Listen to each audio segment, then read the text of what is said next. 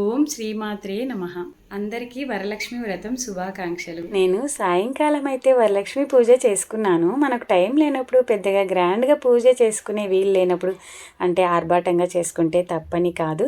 Working ఉమెన్స్కి ఇబ్బందిగా ఉంటుంది కదా, అందుకని చెప్తున్నాను. మనం ఎదుటి వాళ్ళతో పోల్చుకోకుండా మనకున్న టైంలో ఏదో ఒక 10 నిమిషాలు మనస్ఫూర్తిగా అమ్మవారిని పూజ చేసుకుంటే మంచిది. నేనైతే ఎక్కువ నైవేద్యాలు కూడా పెట్టలేదు. పెసరపప్పు బెల్లం పానకం అయితే నైవేద్యంగా నివేదన చేశాను అమ్మవారికి. మరియు కనకదార స్తోత్రం పారాయణం చేసుకున్నాను. కనకదార స్తోత్రం పారాయణం అనేది ఎవరి ఓపిక వాళ్ళది. 3 టైమ్స్ 5 టైమ్స్ 9 టైమ్స్ అలా చేసుకోవచ్చు, ఎవరిష్టం వాళ్ళది. కోట ముందు కుబేర ముగ్గు అయితే వేసుకున్నాను. అయితే లక్ష్మితో పాటు విష్ణువుని కూడా పూజించాలి అని పెద్దలు చెప్తుంటారు. ఎందుకంటే విష్ణువు ఎక్కడ ఉంటే లక్ష్మి అక్కడ ఉంటారు కాబట్టి.